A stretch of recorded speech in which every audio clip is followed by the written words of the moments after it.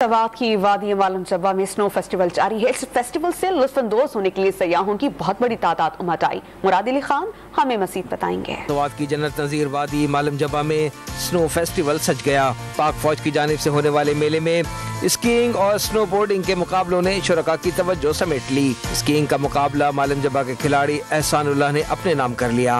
माशाल्लाह पोजीशन भी लिए, स्लोप भी बहुत अच्छी थी और एक्टिविटीज़ सारे अच्छे थे, फैसिलिटीज़ भी बहुत थे माशाल्लाह। और आगे भी कोशिश करूंगा कि फाइनल अपने नाम करूं। स्नो फेस्टिवल से लुत्फानंदोज होने के लिए मुल्क भर से सयाहों की बड़ी तादाद मालूम जब्बा उमड़ आई। स्कीइंग जो है इतना मुश्किल नहीं है, बस ज़रा सा हौसला रखें और करें। और हमने एक दो दफ़ा पहले किया, इसलिए हम यहाँ तक आ सक रहे।